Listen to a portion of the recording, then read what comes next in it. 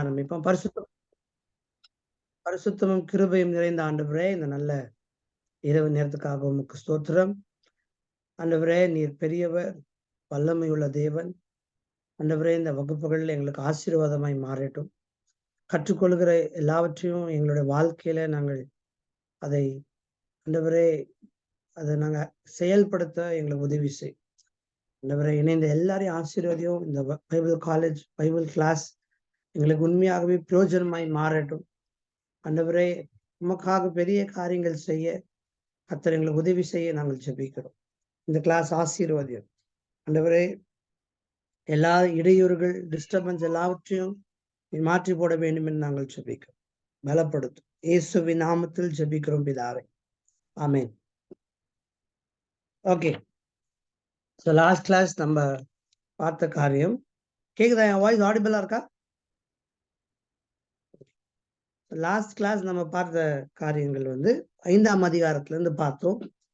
So 5ஆம் அதிகாரத்துல 2 முக்கியமான நபர் தான் ஃபோக்கஸ், ஹைலைட். ஸோ 2 காரியங்கள் நம்ம பார்த்தோம். ஒண்ணு, மனிதர்கள் மரித்துட்டே வந்தாங்க, திடீரென்று மரணம் நின்று போனதை பார்த்தோம். ஒரு மனிதன் மரிக்கவில்லை.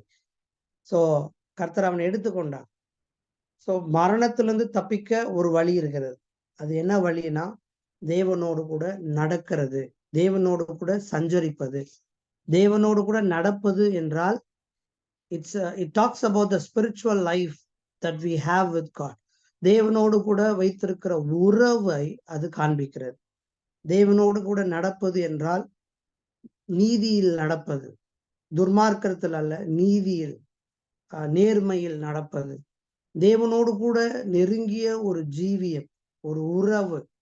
ஸோ இது நமக்கு ஒரு முக்கியமான ஒரு லெசன் நமக்கு கற்றுக் கொடுக்கிறது. என்னன்னா, தேவனோடு கூட நடக்கிற ஒரு வாழ்க்கை நம்மை ஆக்கினை தீர்ப்பிலிருந்து நம்மை தப்பித்துக் கொள்ள அது நமக்கு உதவி செய்கிறது. The way to escape death is the only one way. There is only one way to escape from the death is walking with God. புதிய ஏற்பாட்டில் இருக்கிற நமக்கும் இதே தான். இன்றைக்கு நாம் ஏன் சபைக்கு போகணும்? ஏன் ஆண்டவரை ஆராதிக்கணும்? ஏன் பரிசுத்தமான ஒரு வாழ்க்கைய வாழணும்? இன்னைக்கு இருக்கிற காலகட்டத்துல, இன்னைக்கு இருக்கிற உபதேசங்களிலே மாற்றங்கள் உண்டு. ஹைப்பர் கிரேஸ் இருக்கிறது.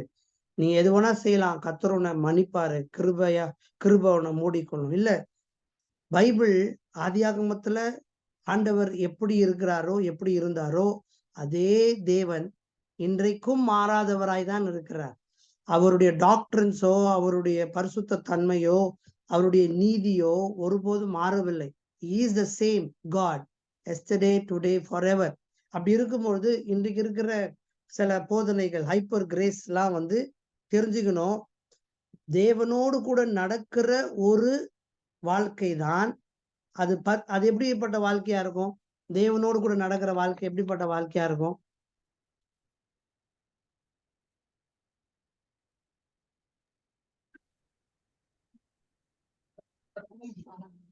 சந்தோஷமா இருக்கும், நெருக்கமாவும் இருக்குமா? என் மனைவி சொல்றாங்க. ஓகே, சந்தோஷமா இருக்கும். வேற, தேவனோடு கூட நடக்கிற வாழ்க்கை எப்படி இருக்கும்?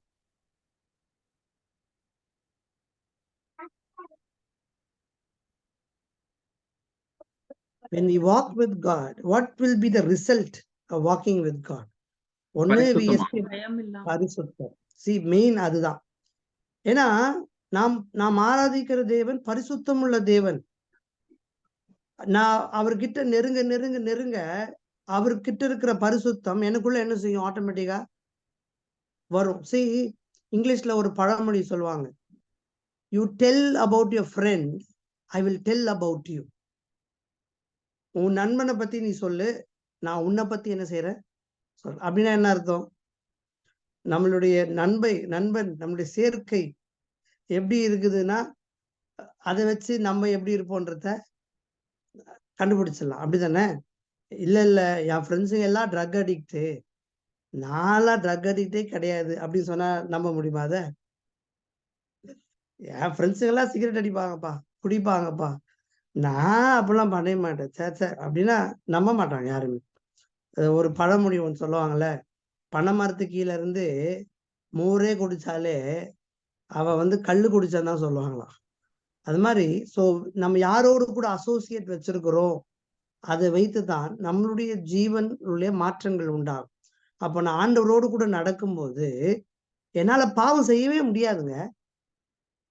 நிறைய பேர் சொல்றாங்களே, நீ பாவம் செஞ்சால் ஆண்டவரோட மன்னிப்பாருன்ட்டு. How can you sin if you walk with God?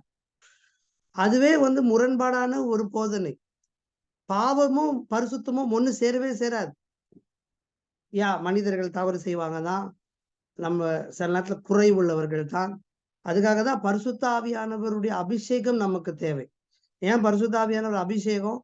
அந்நிய பாஷையில பேசிட்டு போறது மட்டும் அல்ல, நம்மை பரிசுத்தமாய் நடத்துவது, நம்முடைய பாவங்களை குறித்து கண்டித்து உணர்த்துவது யாருடைய வேலை? எனக்குள்ள பரிசுத்த ஆவியானவர் இருக்கும்போது நான் ஃபர்ஸ்ட் திங் நான் என்ன செய்வேன்னா, என்னை வந்து ஆண்டவர் உணர்த்திக்கிட்டே இருப்பார். ஏய், இது தப்புடா, இது தப்பு. அந்த உணர்வே இல்லைன்னா சம்திங் ராங்னு அர்த்தம். அதுதான் நம்மளோட ஸ்பிரிச்சுவாலிட்டி டெத்துக்கே காரணம். ஸோ வாக்கிங் வித் காட் என்னை வந்து எப்படி நடத்தும்னா, என்னை பரிசுத்தமான ஒரு வாழ்க்கையில நடத்தும். அதுக்கு அடுத்த அதிகாரங்களில நம்ம என்ன வாசிக்கிறோம்? 6ஆம் அதிகாரத்துல நம்ம வந்து ஒரு முக்கியமான ஒரு சம்பவத்துக்குள்ள வரும். என்னன்னா ஜலப்பிரளயம். ஜலப்பிரளயம் என்றால் தண்ணியினால தேவன் பூமியை அழிக்க போகிறார். ஏன் ஆண்டவர் பூமியை அழிக்கிறாரு, எதனால அழிக்கிறாரு அப்படின்னா, 6ஆம் அதிகாரத்துல 1ஆம் வசனத்தை வாசிப்போம். Chapter 6 verse 1. மனுஷர் பூமியின் மேல் பெருக துவக்கி அவர்களுக்கு குமாரத்திகள் பிறந்த போது தேவகுமாரர் மனுஷ குமாரத்திகளை அதிக சௌந்தரியம் உள்ளவர்கள் என்று கண்டு அவர்களுக்குள்ளே தங்களுக்கு பெண்களை தெரிந்து கொண்டார்கள். சோ தேவன் அழித்ததற்கான ஒரு காரணம் என்னவா இருக்கலாம்? சொல்லுங்க பாப்போம். இந்த மனுஷகுமாரர், தேவகுமாரர் மனுஷகுமாரத்திகளை அதிக சௌந்தரியம் உள்ளவர்கள் என்று கண்டு அவர்களுக்குள்ளே தங்களுக்கு பெண்களை தெரிந்து கொண்டார்கள். சோ அப்படின்னா என்ன அர்த்தம்? தேவனை ஆராதிக்கிற தேவகுமாரர் தான் யாரு? தேவனை ஆராதிக்கிற ஜனங்கள், தேவனுடைய ஜனங்கள். ஏன்னா காயினுடைய சந்ததி, சேத்துடைய சந்ததின்னு 2 சந்ததியா நம்ம பார்க்கிறோம் 4ஆம் அதிகாரத்துல. அப்ப அந்த சேத்தினுடைய சந்ததி தான் தேவனை தொழுது கொள்ள ஆரம்பித்தார்கள் பார்க்கிறோம். காயினுடைய சந்ததி தொழுது கொள்ளல. அந்த ஜனங்கள், அதாவது தேவனை தொழுது கொள்ளுகிற ஜனங்கள் தேவனை தொழுது கொள்ளாத ஜனங்களோடு கூட சம்பந்தம் கலக்க ஆரம்பிக்கிறாங்க. அதுதான் இங்க சொல்லுது. ஓகே, தேவகுமாரர். மனுஷகுமாரத்திகள் யார் அப்போ? காயினுடைய சந்ததி, தேவனை தொழுது கொள்ளாத சந்ததி. ஓகே. சோ தேவகுமாரன்றது நீதியின் சந்ததி, தேவகுமாரத்திகள் என்பது துர்மார்க்க சந்ததி. Okay, very good. வேற எனி அதர் ரிஃப்ளெக்ஷன்? சிஸ்டர் ஏமா? தேவன் அழித்ததற்கான ஒரு காரணம் என்னவா இருக்கலாம் இந்த வசனத்திலிருந்து?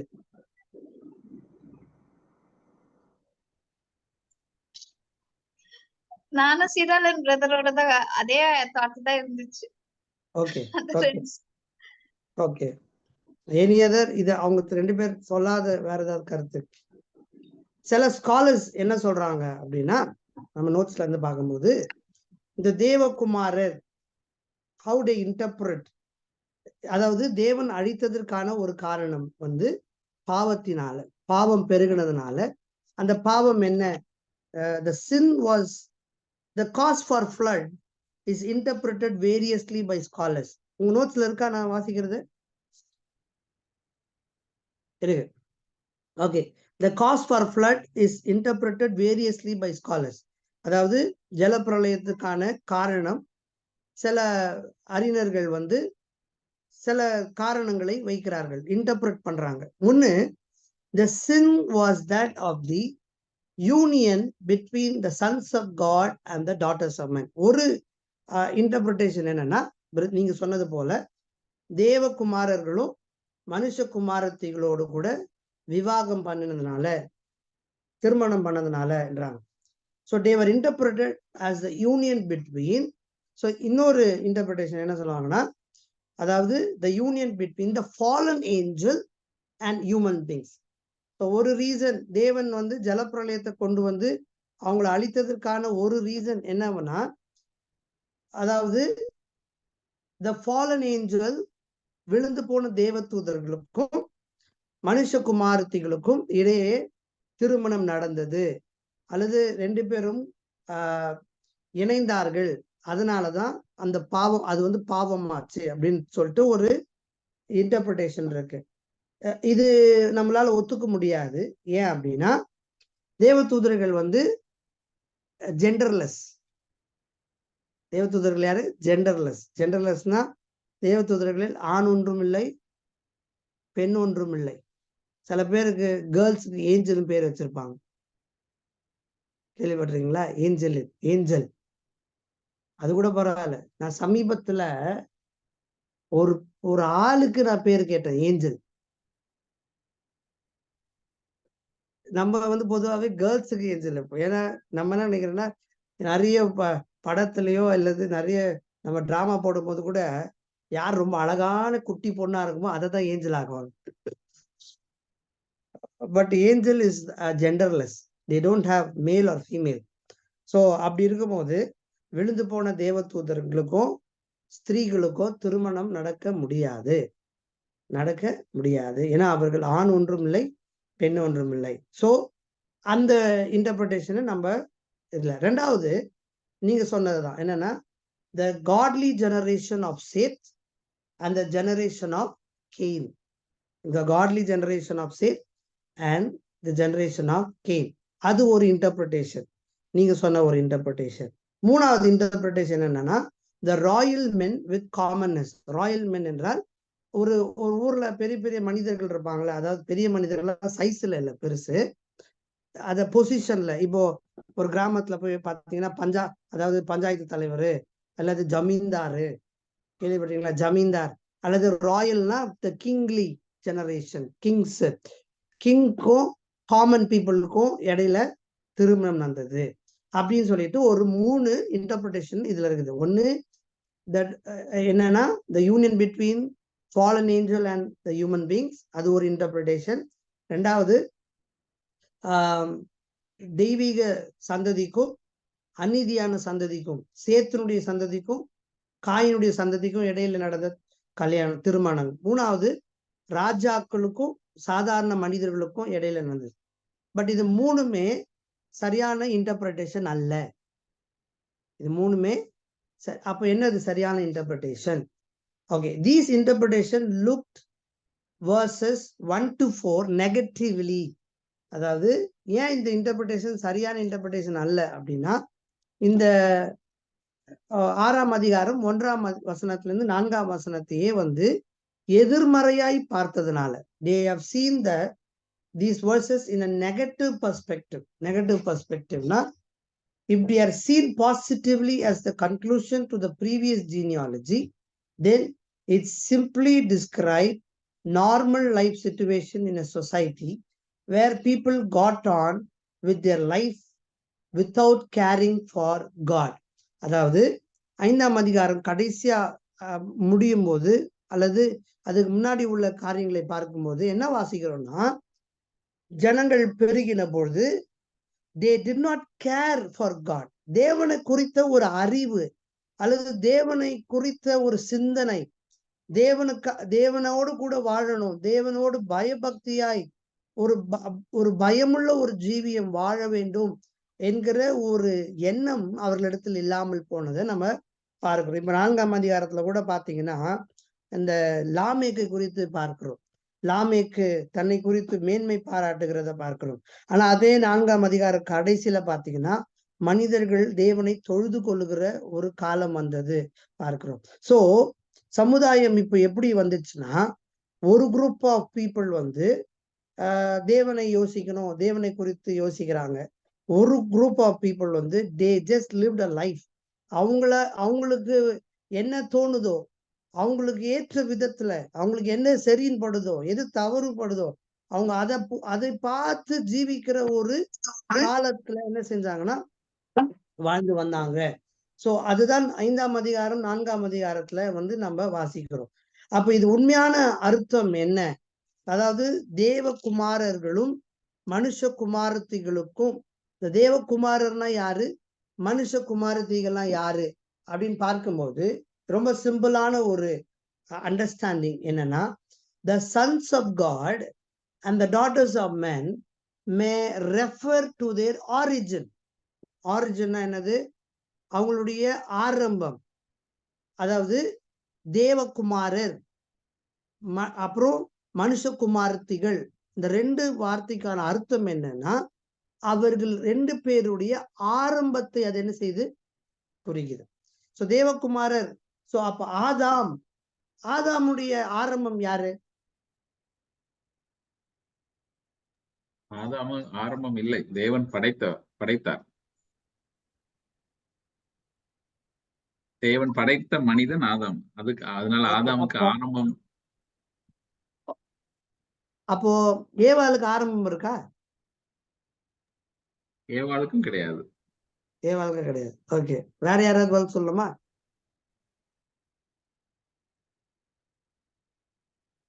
ஆதாமுக்கு ஆரம்பம் இருக்குதா? What is the origin for Adam? ஆதாமோட ஆரிஜின் சுவாசத்தை ஊதுனாருன்னு இருக்குல்ல, சோ அதுதான். So God himself he started them. Okay, very good. ஆதாமுக்கு ஆரம்பம் இருக்குது. அவனோட ஆரிஜின் வந்து தேவனே. the God is the starting point of Adam. so ஆதாமுக்கும் ஆரிஜின் இருக்கு. அவன் சும்மா வரல. நம்ம சில விஞ்ஞானிகள் சொல்றாங்களே, it just came like that. Darwin theory வந்து என்ன சொல்லுது, எவல்யூஷன் தியரி என்ன சொல்லுது, மனுஷன் எதுல இருந்து வந்தான்? குரங்குல இருந்து வந்தான்.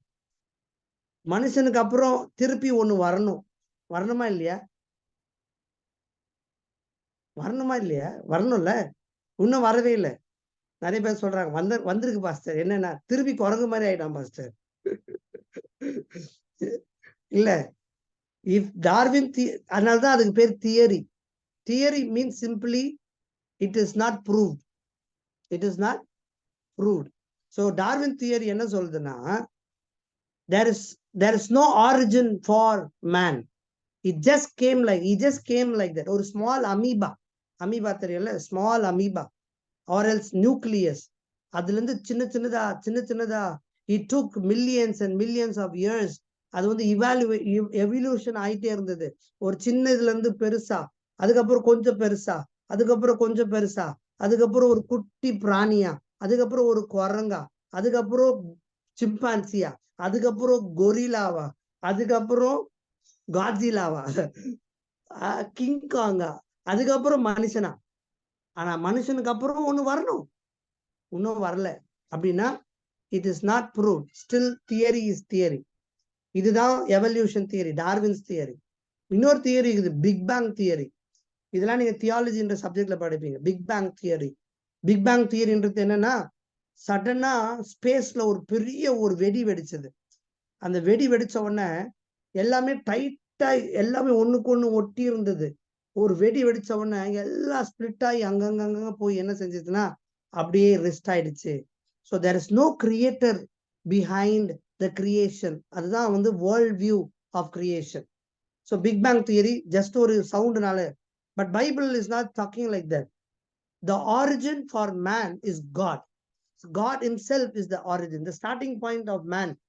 So ஆதாம் உடைய ஆரம்பம் தேவன், ஆனால் ஏவாளுடைய ஆரம்பம் தேவன் அல்ல, மனிதன். ஏன்னா ஆதாமை தேவன் சிருஷ்டித்தார், அவனை வந்து ரா மெட்டீரியல் எடுத்து சிருஷ்டித்தார்.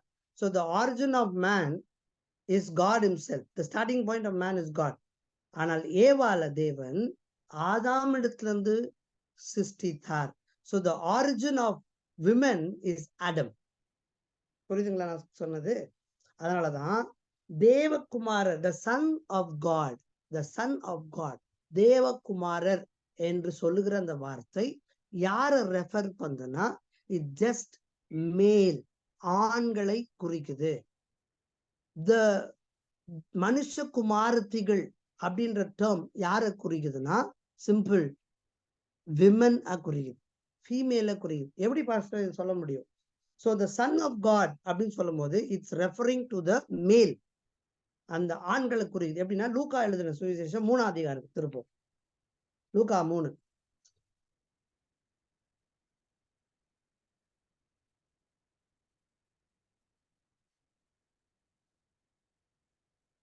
லூக்கா 3 கடைசி வசனம். ஏனோஸ் சேத்தின் குமாரன், சேத் ஆதாமின் குமாரன், ஆதாம் தேவனால் உண்டானவன். இது வந்து ஆதாம் தேவனால் உண்டானவன் இருக்கு. யாருக்கிட்ட இங்கிலீஷ் பைபிள் இருக்கா? இப்போ இங்கிலீஷ் பைபிள் வாசிங்க. The son of Enos, the son of Seth, the son of Adam, the son of God.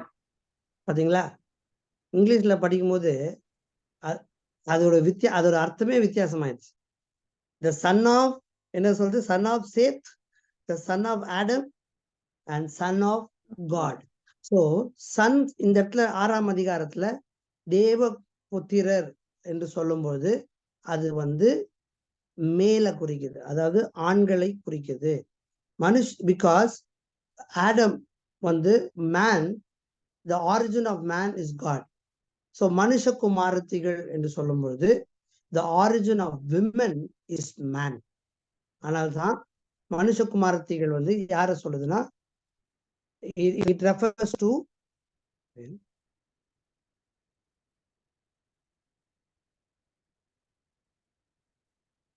so மனுஷ குமாரத்திகள் it refers to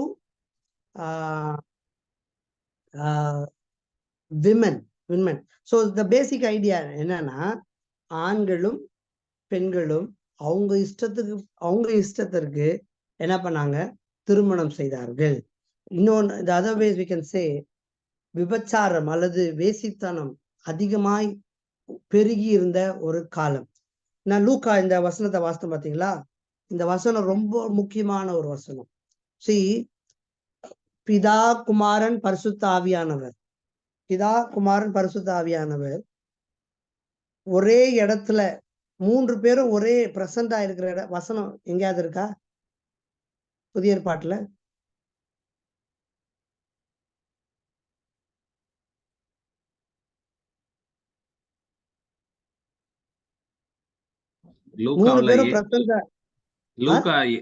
லூக்காவுல இயேசு ஞானஸ்தானம் எடுக்கும் பொழுது இதோ இவரை நேசகுமாரன் சொல்ற சம்பவமும் புறா வடிவுல பரிசுத்தாவியினர் வந்து அமர்கிற காரியம். சோ அந்த இடத்துல பிதா பரிசுத்தாவியானவர் இயேசு. ஆனா அப்ப கூட இடையில ஒரு சில வசனங்கள் வரும், அப்படிதானே? 4ஆம் அதிகாரத்துல தான் லூக்கா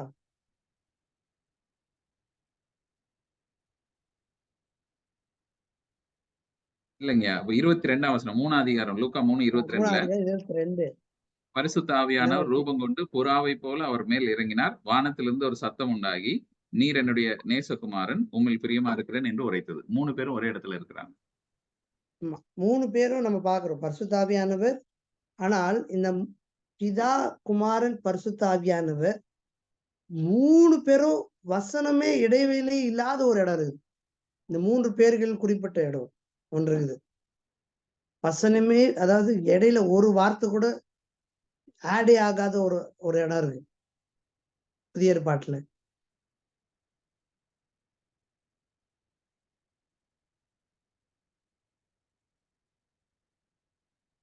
நானே சொல்லிட்டா எங்கன்னா, இப்ப நம்ம வாஸ்தம் பாருங்க, லூக்கா 3ஆம் அதிகாரம் 38வது வசனம் என்ன வாசிக்கிறோம்? ஏனோசு சேத்தின் குமாரன், சேத்து ஆதாமின் குமாரன், ஆதாம் தேவனால் உண்டானான். ஓகே, இது எங்க பாஸ்ட் 3 பேரும் வருது அப்படின்னு கேக்குறீங்களா? நம்மளோட பைபிள்ல மட்டும்தான் இந்த சாப்டர் டிவிஷனு வேர்ஸ் டிவிஷன்லாம் இருக்கும். சாப்டர் டிவிஷன்னா தெரியுமா? இதெல்லாம் படிச்சிருக்கீங்களா பேசிக்கா? பைபிள் இன்ட்ரோடக்ஷன் டு பைபிள் படிச்சிருக்கீங்க? படிச்சோம். இந்த குரூப் வந்து இல்ல இங்க குரூப்ல எல்லாம் மிக்சடா இருக்காங்க, அதனால அவங்க எல்லாம் படிக்கல, புதிய மக்கள் இருக்காங்க. அதான் ஜெரமியா இப்படியா இப்படியா கேக்குறேன். இப்படியா?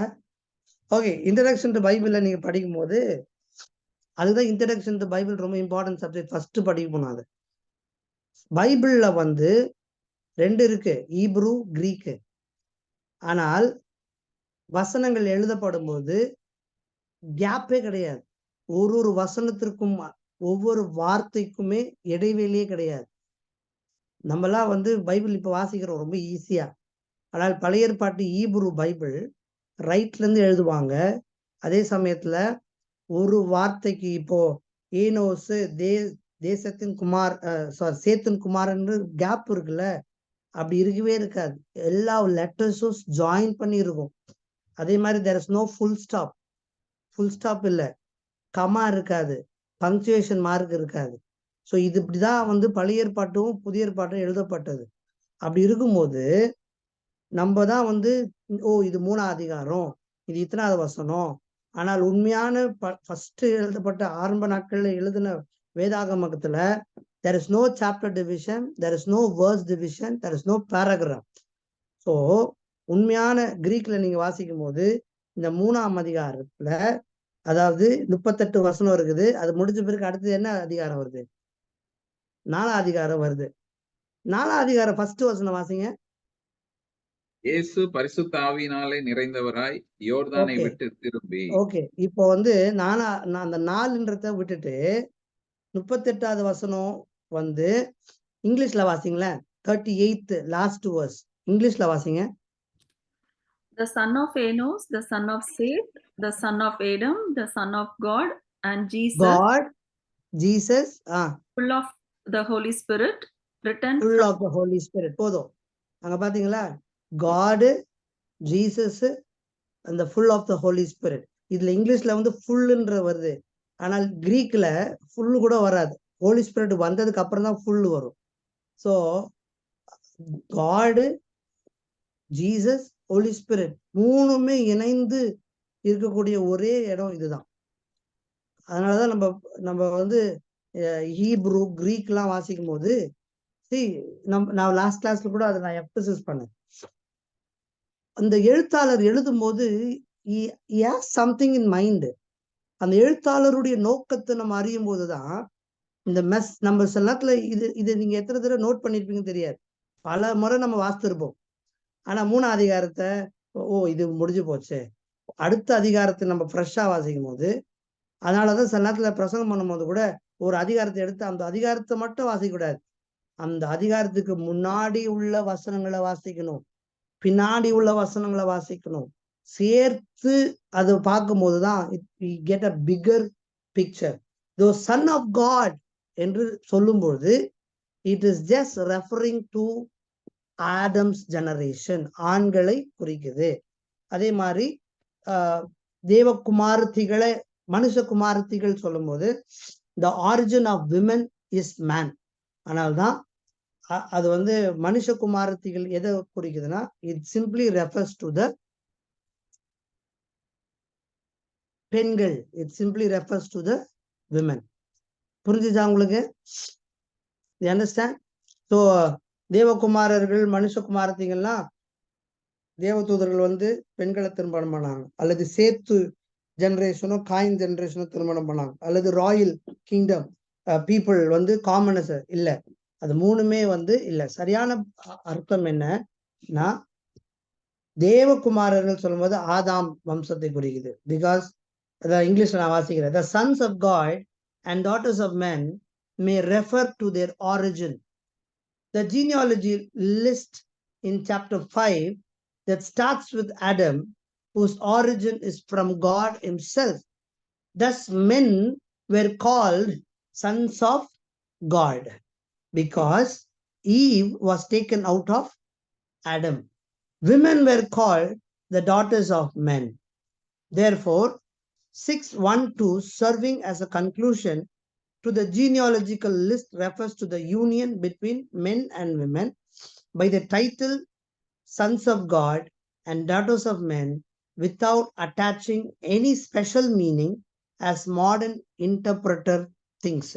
அதனாலதான் சில நேரத்துல இப்ப இருக்கிற மாடர்ன் இன்டர்பிரட்டர்ஸ் வந்து நிறைய இன்டர்பிரிட்டேஷன் கொடுக்கறதுனாலதான் அதோட ஒரிஜினல் இன்டர்பிரிட்டேஷன் சம்டைம்ஸ் என்ன ஆயிடுதுன்னா இதுவாயிடுது, மிஸ் அண்டர்ஸ்டாண்டிங் ஆயிடுது. ஸோ மோசே எழுதும் போது இந்த கண்ணோட்டத்தில் எழுதியிருப்பாரா? நம்பர் 1. 2வது, இஸ்ரேல் ஜனங்க அப்படி புரிஞ்சிருப்பாங்களா? So they know very well that the men came from God, women came from man. Okay, let's move on. So verse 3 describes the short span of life which will have on earth. The meaning of my spirit shall not. Okay, 3வது வசனம் வாசிப்போம்.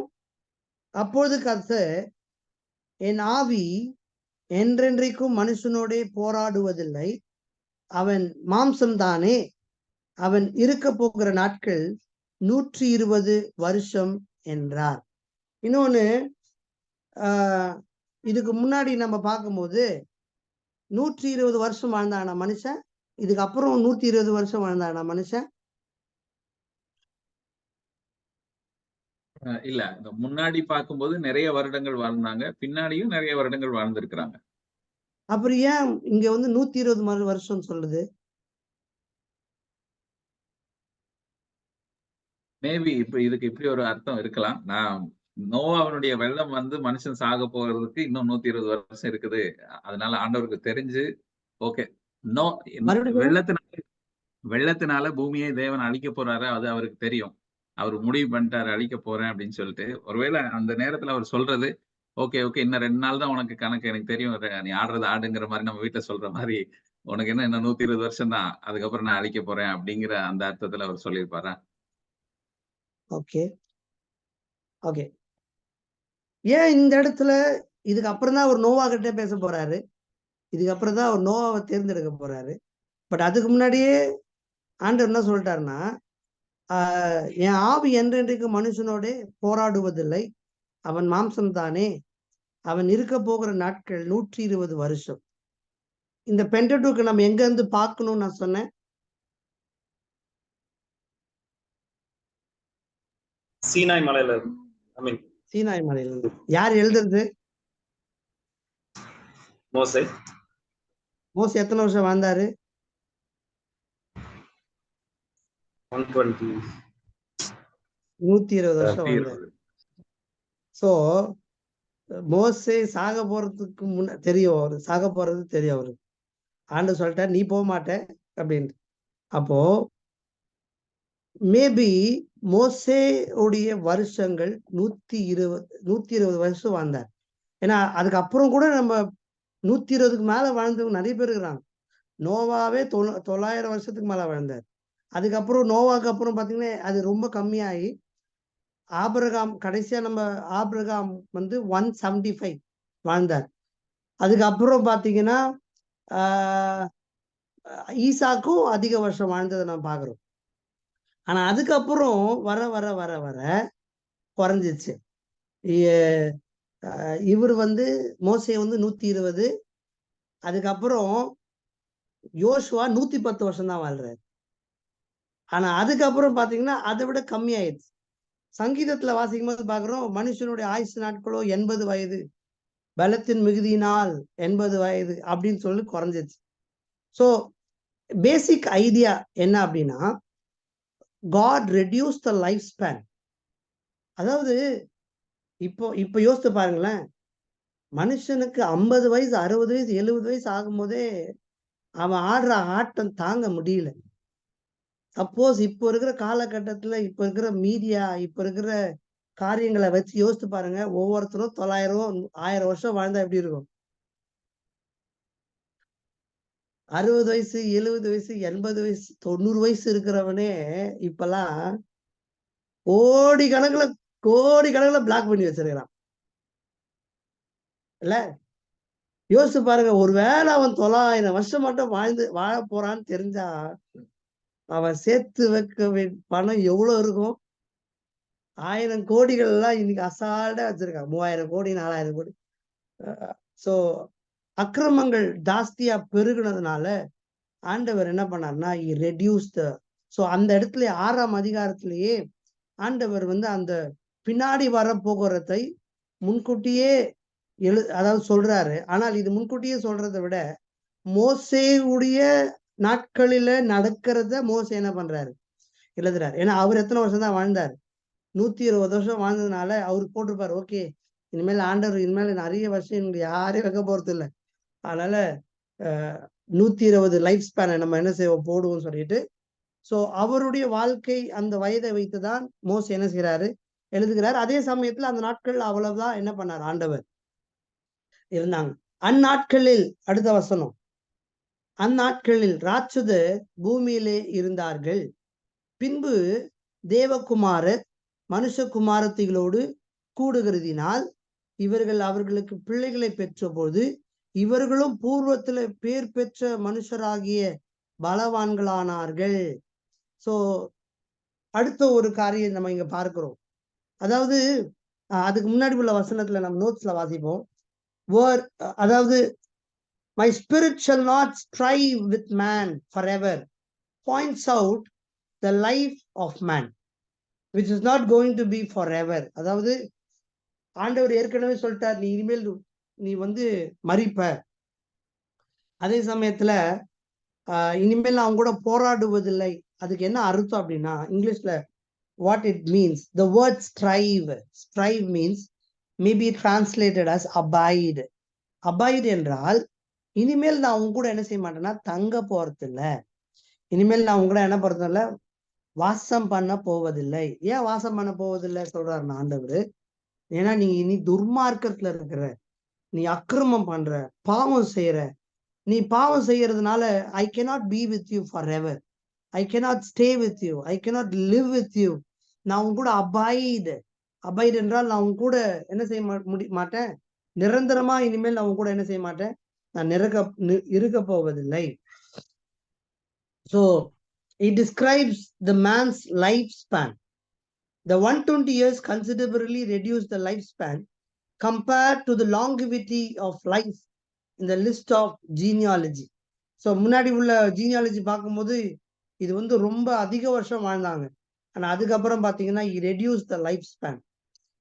Verse 4 describes, 4ஆம் வசனம் என்ன சொல்லுதுன்னா, the mighty men are warriors than super being born for angelic beings and human beings. So நான் ஏற்கனவே சொன்னது போல இந்த ராட்சதர்கள், அந்நாட்களில் ராட்சதர்கள் பூமியில இருந்தார்கள். சோ இதுக்கும் என்ன ஒரு பொதுவான ஒரு அர்த்தம் இருக்கு. என்னன்னா, நம்ம ஃபர்ஸ்ட் வசனம் 2ஆவது வசனத்துல வாசித்தோம்ல, என்னது தேவகுமாரரும் மனுஷகுமாரத்திகளும். சோ அந்த தேவகுமாரர் எப்படி டிரான்ஸ்லேட் பண்ணுவாங்கன்னா, ஏஞ்சல்ஸுக்கும் விமனுக்கும் கல்யாணம் ஆச்சு, அதுல அவங்களுக்கு குழந்தைகள் பிறந்தாங்க. அவங்க என்னவா பிறந்தாங்க, எப்படி இருந்தாங்க, they became நெஃப்லிம்ஸ், மான்ஸ்டர்ஸ், ஹியூஜ், அதாவது ஜயன்ஸ், இங்கிலீஷ்ல ஜயன்ஸ் சொல்றாங்க, அதாவது ராட்சதர்கள்.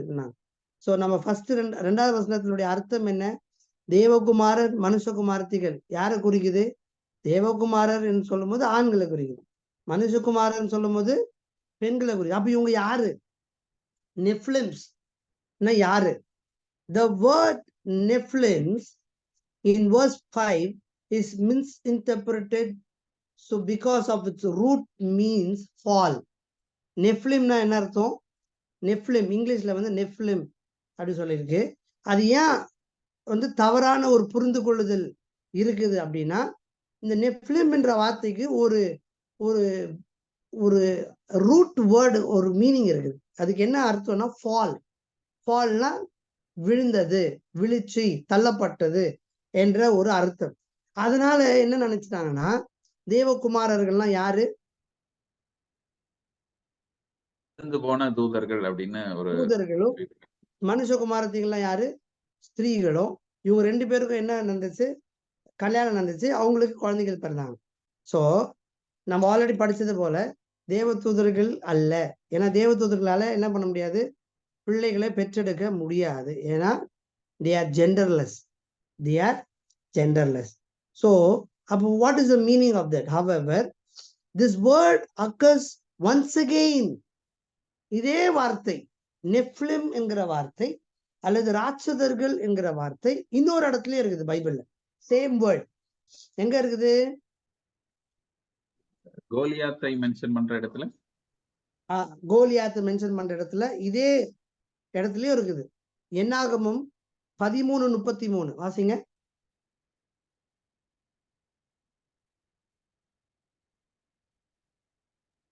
அங்கே ராட்சத பிறவியாகிய ஏனாக்கின் குமாரராகிய ராட்சதரையும் கண்டோம். சோ ராட்சதர்களை கண்டோம். இதே வார்த்தை தான் இந்த ஆதியாகமம் 6ஆம் அதிகாரத்துல இதே வசனம் தான் சொல்லப்பட்டது. என்ன வசனம்? இதே வார்த்தை தான் உபயோகப்படுத்தப்பட்டிருக்கு. என்னன்னா நம்ம எப்பவுமே இந்த ரூட் வேர்ட் நம்ம படிக்கிறது ரொம்ப இம்பார்ட்டன்ட். ரூட் வேர்ட், ஒரு வார்த்தைக்கு இதுதான் அர்த்தம் என்று எப்படி நம்ம அறிந்து கொள்ள முடியும்னா, ஒரு வார்த்தை வெறும் ஒரு இடத்துல மட்டும் அது சொல்லப்பட்டிருக்கூடாது. அது பைபிள்ல பல இடத்துல அது சொல்லப்பட்டிருக்கணும். அப்பதான் அது இன்னும் ஆழமான அர்த்தத்தை நம்ம என்ன செய்ய முடியும், புரிந்து கொள்ள முடியும். உதாரணத்துக்கு இப்ப இந்த வார்த்தை நெஃப்லிம் என்கிற வார்த்தை, இல்ல நான் முன்னாடி கூட 1ஆம் அதிகாரத்துல நம்ம வாசிக்கும் போது வாய்ட் அண்ட் எம்டி, வெறுமையும் ஒழுங்கின்மையும் என்கிற வார்த்தை எபிரேய பதத்துல டெசர்ட்டை குறித்தது. இதே வார்த்தை பழைய ஏற்பாட்டுல இன்னொரு இடத்துலயும் குறிக்குது. அதே போலதான் இந்த இடத்துலயும் அதாவது நெஃப்லிம் என்கிற வார்த்தை இந்த இடத்துலயும் பயன்படுத்தப்பட்டிருக்கு. அப்போ என்னாகமத்தின் புஸ்தகத்திலயும் பயன்படுத்தப்பட்டிருக்கு. அப்ப என்னாகமத்தின் புஸ்தகத்துல பயன்படுத்த அதே வார்த்தை அவங்க இந்த 12 வேவுக்காரர்களை மோசே அனுப்பி வேவு பார்க்கும்போது அவர்கள் போய் சொல்லுகிற ஒரு ரிப்போர்ட் தான் என்னன்னா, நாங்க ராட்சதர்களை கண்டோம். அவங்க கண்டது யார?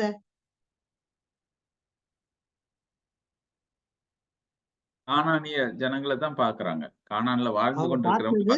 அவங்க பார்த்தது மனிதர்களை தான். அவங்க பார்த்தது யாரு? இன்னைக்கு நமக்கு நிறைய படங்கள்லாம் வந்துருக்குது. ஹல்க் அப்படின்னு ஒரு படம் இருக்குது, பாத்துருக்கீங்களா? ஹல்க் ஒரு சயின்டிபிக்ல பண்ணியோன்னா ஒரு பெருசாகி கல்லு மாதிரி ஆயிடுவான். ஓகே, அது மட்டும் இல்லை, நிறைய மூவிஸ் நம்ம பார்க்கிறோம். அதாவது ராட்சதர்கள் சொல்லும் போது அவங்க பயங்கரமா கொடுமையா 4-5 கை, ஒரு கண்ணு நெத்தியில இருக்கும், மூக்கு பெருசா இருக்கும். அது மாதிரிலாம் பார்த்துருக்கீங்களா? ஒத்த கண்ணு, நடுவுல கண்ணு இருக்கும், பெருசு பெருசா இருக்கும் காதுகளாம். அந்த பிக்சரை மட்டும் இங்க நம்ம யோசிக்க கூடாது. அவங்க சேம் மனிதர்களா தான் இருந்தாங்க. பட் ஒன்லி டிஃபரன்ஸ் என்னன்னா, they were huge in size, they were gigantic. இன்னைக்குமே அப்படிப்பட்ட மனிதர்கள் இருக்கிறாங்க. பார்த்துருக்கீங்களா? நம்ம இந்தியாலேயே ஒருத்தர் இருக்கிறார், த கிரேட் காலின்னு சொல்லிட்டு ஒருத்தன் ரெஸ்லர் ஒருத்தர் இருக்கிறார். பார்த்துருக்கீங்களா? நிறைய அட்வர்டைஸ்மெண்ட்ல கூட நான் இன்னைக்கு கூட அவனை ஒரு ஆட்ல பார்த்தேன். அவன் ஒரு பெரிய பஸ்ல இருந்து இறங்கி நடந்து போகும்போது நம்ம சாதாரண ஆட்கள் வெறும் இந்த ஹைட்டு தான் வரும். நான்லாம் போனேன்னா அவன் இடுப்பு ஹைட்டு தான் வரும். நான்லாம் போய் காலி பக்கத்துல பார்க்கலாம், இப்படிதான் பார்க்கணும். நான் நிஜமாலே இவ்வளோ 7 foot tall, 7 foot tall. ரெஸ்லிங்னா நான் சின்ன வயசுல பார்ப்பேன் ரெஸ்லிங். அதுல ஒருத்த பேரு பிக் ஷோ. உண்மையாவே அவன் பிக் ஷோ தான். அவ்வளோ பெருசா இருப்பான், 7 foot tall. நாங்க பைபிள் காலேஜ் படிக்கும் போது எங்களுக்கு கிளாஸ்மேட் ஒருத்தர் இருந்தார். அவர் ஒரு கொரியன். அவர் டைகோண்டோ சொல்லிட்டு ஒரு மார்ஷல் ஆர்ட் இருக்குல்ல, கராத்தே, கும்ஃபு, டைகோண்டோ கொரியாவுடைய மார்ஷல் ஆர்ட்.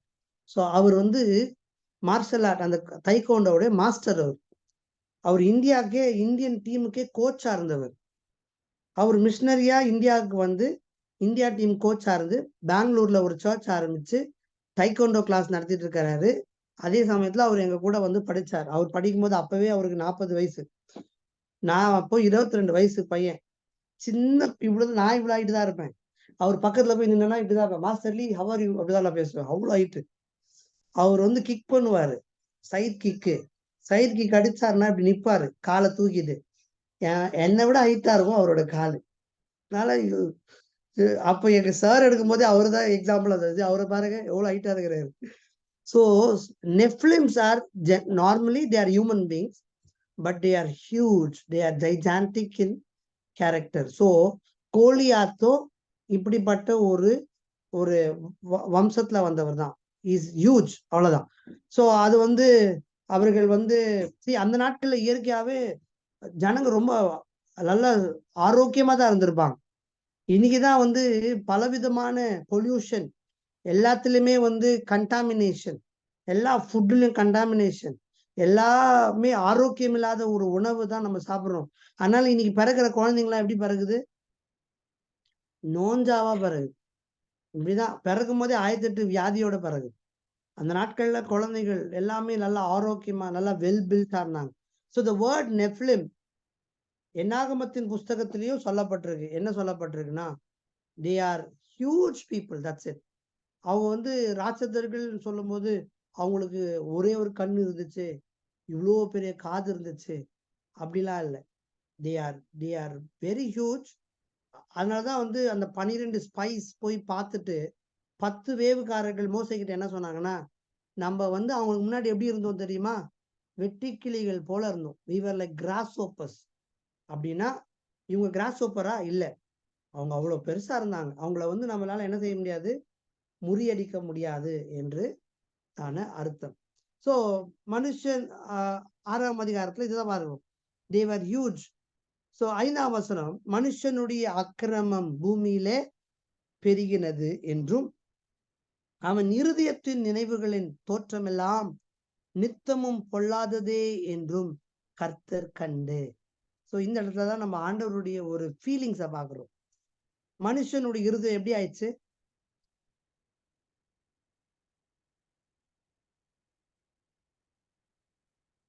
பொல்லாதது, evil thoughts.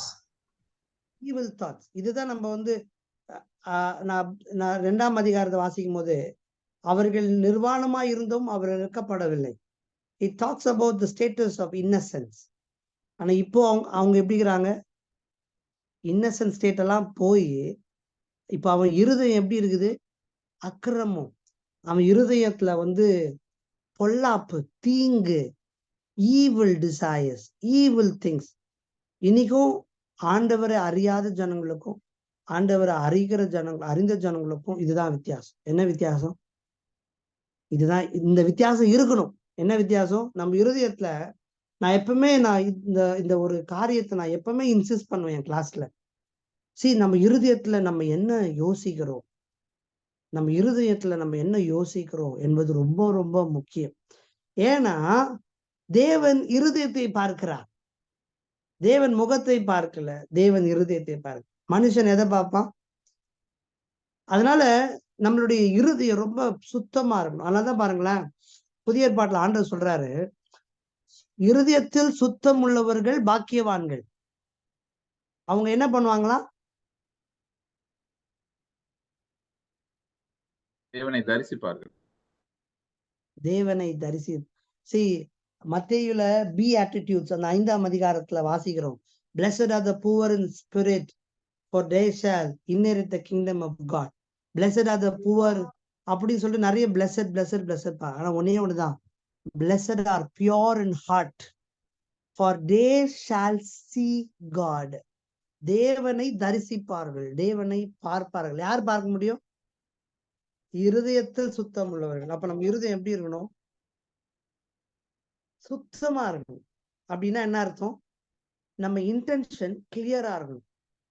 நம்ம இன்டென்ஷன் தவறா இருந்துச்சுன்னா தேவன் அதை வந்து எப்படி பார்க்கிறாருன்னா வேதனையாய் பார்க்கிறார். அதுக்கு அடுத்த வசனம் என்ன சொல்லுது பாருங்களேன், 6வது வசனம். தாம் வாசிங்க.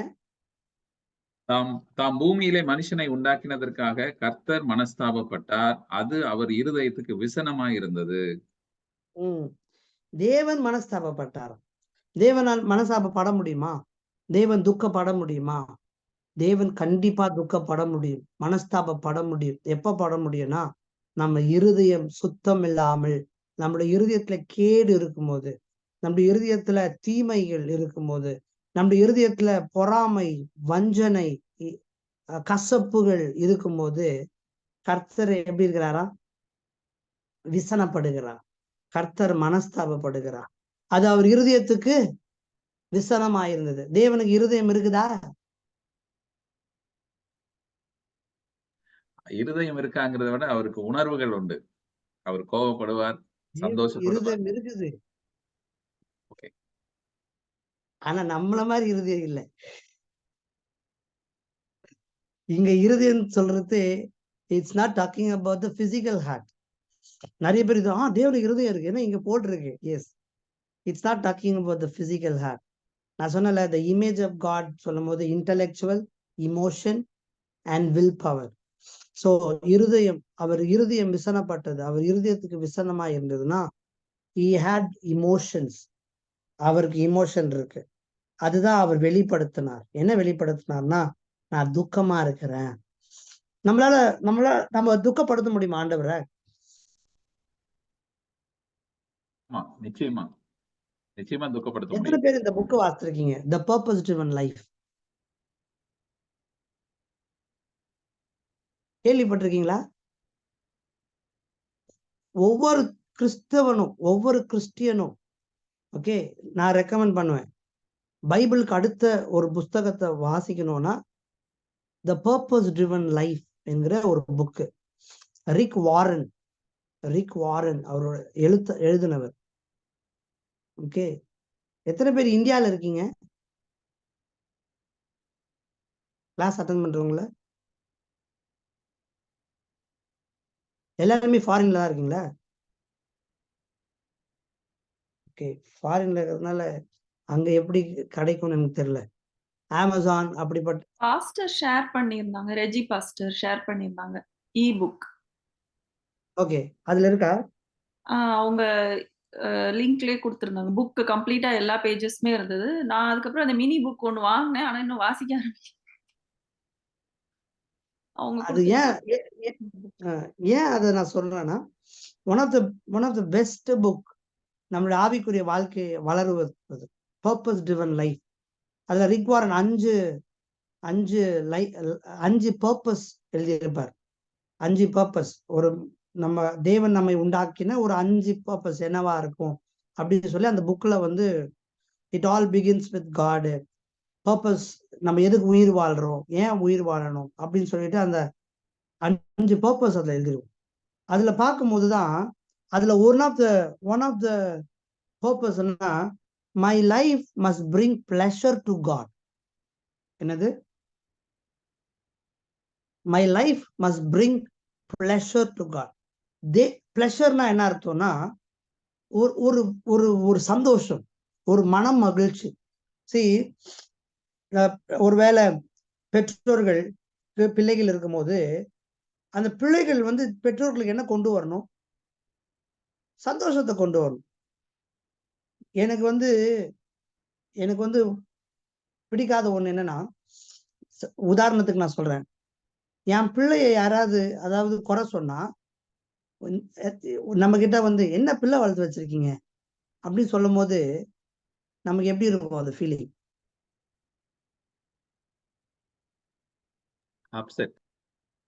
அப்செட். நான் எங்கேயோ தவறு பண்ணிட்டேன், என்ன பிள்ளை வளர்த்தது. அதுவும் முக்கியமா பாஸ்டர்ஸ் பிள்ளைகளை வளர்க்கறது ரொம்ப கஷ்டம். ஏன்னா எல்லாத்துக்கும் என்னமா சொல்லுவாங்க, பாஸ்ட் புள்ளி எப்படி இருக்குது பேருவாங்க. விசுவாசிக்க பிள்ளைக்கு எப்படி வேணா இருக்கலாம், அது பிரச்சனையே கிடையாது. ஆனா யார் எப்படி இருக்க கூடாது? பாஸ்ட் பிள்ளையே பாரு, சிலுவா பாட்டு பாரு, பாஸ்ட் பிள்ளையே பாரு எப்படி இருக்குது. ஒண்ணு தெரிஞ்சுக்கணும், பாஸ்ட் பிள்ளைகளும் பிள்ளைங்க தான், அவங்களும் ஸ்கூலுக்கு போவாங்க தான், அவங்களும் 4 காரியங்கள் கத்துப்பாங்க தான். எல்லாத்தையும் வீட்டுல இருந்து கத்துப்பாங்களா? இல்ல, எல்லாமே வெளியில இருந்தும் கத்துப்பாங்க. ஆனால் அதே சமயத்துல ஒரு பிள்ளை வந்து நல்லா பண்ணும்போது பெற்றோர்கிட்ட வந்து சொல்றாங்க, உங்க பையன் சூப்பரா பெர்ஃபார்ம் பண்ணாங்க, உங்க பையன் சூப்பரா இங்கிலீஷ் பேசுறாங்க அப்படின்னும் போது உள்ள நமக்குள்ள எப்படி இருக்கும்? அடடா, அப்படியே பறந்து போற ஒரு ஃபீலிங் இருக்குமா? நமக்கே இருக்குது. இதே போலதான் ஆண்டவருக்கும். நம்ம நடந்துக்கிற விதத்துல we bring pleasure to God. என்னுடைய செயலிலே, என்னுடைய சிந்தனையில, நான் யோசிக்கிறதுல, நான் செய்கிற காரியங்களில ஒவ்வொன்றத்திலுமே நான் தேவனுக்கு மகிமையை கொண்டு வர வேண்டும். நான் தேவனுக்கு மகிமை, என் வாழ்க்கை 2 கொண்டு வர முடியும். ஒண்ணு, I can bring glory to God or I can bring dishonor to God. பாதிலாம் கொண்டு வர முடியாது. நான் பாதி மகிமை கொண்டு வருவேன், பாதி அவமானத்தை கொண்டு வருவேன்.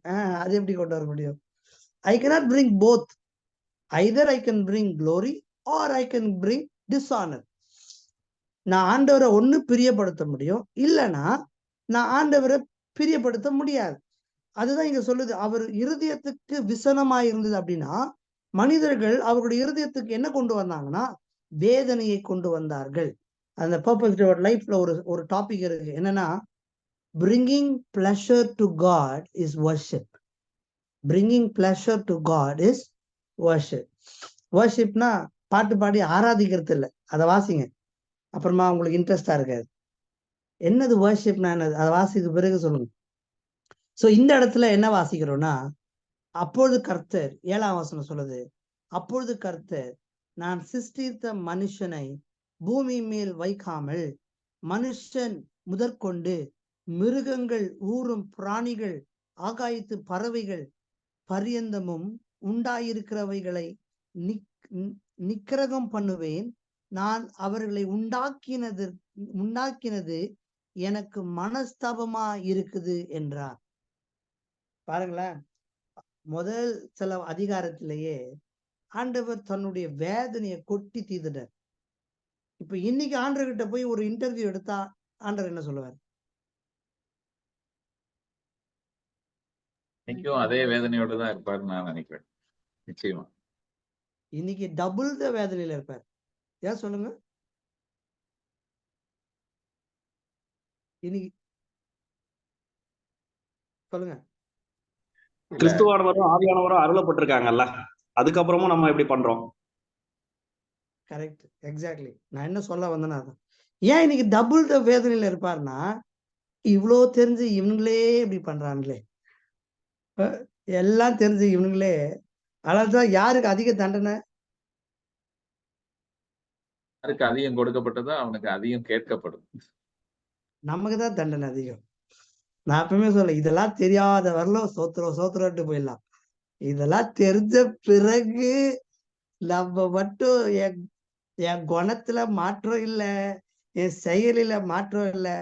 ஏன் பெண்டட்டுக்கு ரொம்ப முக்கியம்னா, ஏன் இந்த சப்ஜெக்ட் ரொம்ப முக்கியம்னா, it deals with a individual. உங்க தனிப்பட்ட வாழ்க்கை.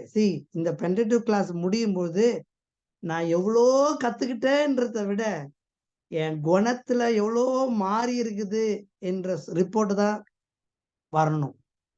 அல்லேலூயா, ஒத்துக்கிறீங்களா? நானும் அப்படிதான். ஒவ்வொரு தடவை கிளாஸ் இருக்கும் போதும், ஆண்டவரே போதிக்கிற நான் உமக்கு முன்பா சரியானவனா இருக்கணும். அதனாலதான் பவுல் சொல்றாரு, போதிக்கிற எனக்கு ஐயோ. நான் எப்பவுமே ஆண்டவர்கிட்ட நான் இதெல்லாம் டீச் பண்ணும்போது நான் ஃபர்ஸ்ட், ஆண்டவரே என்ன முதல்ல மன்னிங்க, தெரிஞ்சோ தெரியாமலோ உமக்கு பிரியமில்லாம நான் நடந்துட்டேன்னா forgive me Lord, என்னை தகுதிப்படுத்துங்க. இதை டீச் பண்றதுக்கு முதல்ல என்ன செய்யுங்க, தகுதிப்படுத்துங்க. ஏன்னா ஒருபோதும் நான் வழி மாறி போகக்கூடாது. அதே போலதான் இது எல்லாருக்குமே பொருந்தும். ஒரு நாளும் ஏன் நிமித்தமாய் தேவன் என்ன செய்யக்கூடாது, மனஸ்தாபம். அதனால்தான் பாருங்களேன், ஒரு பக்கம் ஆண்டவர் அறியாத ஜனங்க அக்கிரமம் பாவம் பண்ணிட்டு போறாங்க, இட்ஸ் ஓகே. பட் ஆண்டவரை ஏற்றுக்கொண்ட ஜனங்கள், ஆண்டவரை குறித்து நல்லா அறிந்த ஜனங்கள் எந்த அளவுக்கு ஆண்டவருக்காக பரிசுத்த வைராக்கியமாய் இருக்க வேண்டும் என்பது ரொம்ப முக்கியம். அதனாலதான் இன்னைக்கு உள்ள சில வர்ஷிப் லீடர்ஸா இருந்தாலும் சரி, they take God's name so easily granted. ஆண்டவரை ஆராதிக்கிறதுல ஒரு அசட்டை, ஆண்டவரை ஆராதிக்கிறதுல ஒரு பரிசுத்தம் இல்லை, ஆண்டவரை தொழுது கொள்ளுகிறதுல ஒரு பரிசுத்தம் இல்லை, ஒரு வைராக்கியம் இல்லை. இன்னைக்கு மியூசிக் என்னென்னவோ போட்டு இட்ஸ் ஓகே. பட் தெரிஞ்சுக்கணும், ஆண்டவர் இதுல பிரியமா இருக்கிறாரா? நான் அது கர்த்தர் என்ன நிறைய பேருடைய தவறான புரிந்து கொள்ளுதல் என்ன தெரியுமா, கர்த்தர் என்ன பயங்கரமா பயன்படுத்துறதுனால நான் சரியா இருக்கிற அர்த்தமே இல்லை. கர்த்தர் என்ன பயங்கரமா யூஸ் பண்றாரு, நான் இப்படி நான் அப்படின்றதுனால கர்த்தர் என்னை அங்கீகரிக்கிறார் என்பது அர்த்தம் இல்லை. நல்லா தெரிஞ்சுக்கணும், என்னைக்குனாலும் ஊழியக்காரர் விழுந்து போக முடியும். ஆனா நானும் ஆண்டவரும் சில நேரத்துல கர்த்தர் நம்மள தண்டிப்பார். சில நேரத்துல சில கிரிட்டிசிசம்ஸ் நமக்கு வருதுன்னா கொஞ்சம் ரிஃப்ளெக்ட் பண்ணி பார்க்கணும். ஓகே, ஒருவேளை நான் செய்யறது தவறா ரைட்டா? அதை விட்டுட்டு நிறைய பேர் நீங்க என்ன பண்றாங்கன்னா, ஏற்றுக்கொள்ளாமல் அதையே ரிட்டாலியேட் பண்ணி கர்த்தர் கிருபை தான் என்ன தாங்குது அப்படி ஓகே. ஆனா எல்லாத்துக்கும் ஒரு நாள் நம்ம என்ன செய்யணும், கணக்கு ஒரு கூட்டம் அது பின்னாடியே போகுது. அதனாலதான் எப்பவுமே ஒண்ணு தெரிஞ்சுக்கணும், ஃபேமஸா இருக்கிறதுனால கர்த்தர் கூட இருக்கிறாரு என்ற அர்த்தம் அல்ல. இந்த உலகத்துல எத்தனையோ தேவ மனிதர்கள் உண்மையாய் தெரியாத இடத்துல, ஃபேமஸே இல்லாத இடத்துல, ஃபேமஸே ஆகாம எத்தனையோ தேவ மனிதர்கள் ஊழியம் செய்து மரித்திருக்கிறார்கள், ஊழியம் செய்துட்டு இருக்கிறாங்க. தெரியுமா உங்களுக்கு? நமக்கு தெரியாது அவங்களெல்லாம். ஆனா கர்த்தர் அவங்களை அங்கீகரித்தார். சில நேரத்துல இதை நம்ம அறிஞ்சுக்கணும். The world may recognize, but heaven may not. எது ரொம்ப முக்கியம்? Heaven must recognize, not the world. So தேவனுக்கு மனஸ்தாபம் கொண்டு வருகிற ஒரு வாழ்க்கையை நான் என்ன செய்யக்கூடாது, வாழக்கூடாது. ஆனா அதுக்கு அடுத்த வசனத்தை வாசிங்களேன். நோவாவுக்கோ, வாசிங்க. நோவாவுக்கோ கர்த்தருடைய கண்களில் கிருபை கிடைத்தது. தொடர்ந்து வாசிங்க. நோவாவின் வம்ச வரலாறு. நோவா தன் காலத்தில் இருந்தவர்களுக்குள்ளே நீதிமானும் உத்தமனுமாய் இருந்தான். நோவா தேவனோடே சஞ்சரித்துக் கொண்டிருந்தான். சோ இதுதான் ஒரு முக்கியமான ஒரு காரியம். அதாவது அக்கிரமங்கள் நிறைந்திருந்த ஒரு காலகட்டத்துல தேவனுக்கு மனஸ்தாபம் உண்டாயிருந்த சூழ்நிலையில ஒரு மனிதன் தேவனுக்கு ஒரு பெரிய சந்தோஷத்தை கொண்டு வந்தான். ஆமென். ஆண்டவர் நோவாவை பார்க்கும்போது he saw Noah a different person. நான் சொன்னேனே purpose driven லைஃப்ல, அதுல இந்த நோவாவை பத்தி ரொம்ப அழகா எழுதியிருப்பார். A man who brought pleasure to God in the midst of the wicked society. wickedness நிறைந்த, துர்மார்க்கம் நிறைந்த, அக்கிரமம் நிறைந்த, பாவம் நிறைந்த ஜனங்கள் தங்களுடைய சித்தத்திற்கு ஏற்ற விதத்துல, விருப்பத்துக்கு ஏற்ற விதத்துல வாழ்ந்த காலகட்டத்துல ஒரு மனிதன் தனியா இருந்து ஆண்டவருக்காக ஜீவித்த ஒரு மனிதனை குறித்து நாம் வாசிக்கிறோம். அதுதான் இந்த ரெண்டு வசனங்களுக்குள்ள கான்ட்ராஸ்ட் என்னன்னா, ஒரு குரூப் தேவனுக்கு மனஸ்தாபம் கொண்டு வந்தது, ஒரு குரூப் நோவாவும் தன்னுடைய குடும்பமும் தேவனுக்கு மனமகிழ்ச்சியை கொண்டு வந்தார்கள். அப்போ இன்னைக்கும் பாவம் நிறைந்த உலகத்துல நாம் தேவனுக்கு சந்தோஷத்தை கொண்டு வர முடியுமா? கட்டாயம் முடியும், கட்டாயம் முடியும். நிறைய பேர் சொல்றாங்க, ஓ பாவம் நிறைந்த உலகத்துல பாவம் பரிசுத்தமா வாழவே முடியாது. தவறு. அதுக்காக தான் இயேசு கிறிஸ்து இந்த பூமிக்கு இவனுங்க சொல்றாங்களே பாவம் எல்லாம் வாழவே முடியாதுன்னு சொன்னவங்களுக்கு மத்தியில வாழ்ந்து, நீங்க சொல்றதெல்லாம் தப்புடா, வாழ முடியும். ஏன்னா நான் மனுஷனா நான் பாவம் இல்லாம ஒரு வாழ்க்கைய வாழ்ந்திருக்கிறேன், என்னை பின்பற்றுகிற நீங்களும் வாழ முடியும் என்று மனிதர்களுக்கு ஒரு உதாரணத்தை வைத்து போயிருக்கிறார் இயேசு கிறிஸ்து. நமக்கு இன்னைக்கு பைபிள் இருக்குதா? சங்கீதம் 119 சங்கீதம் வாசிச்சிருக்கீங்களா யாராவது? அதோட ஸ்பெஷாலிட்டி என்ன? கர்த்தருடைய வசனத்தை குறித்து அதிகமா சொல்லப்பட்டிருக்கு. வசனத்தின் மேன்மை, அதோட ஸ்பெஷாலிட்டி, அந்த வசனத்தின் அந்த முழு அதிகாரத்தினுடைய ஸ்பெஷாலிட்டி என்னன்னா, 176 வசனத்திலும் கர்த்தருடைய வார்த்தை குறித்து எழுதப்பட்டிருக்கு.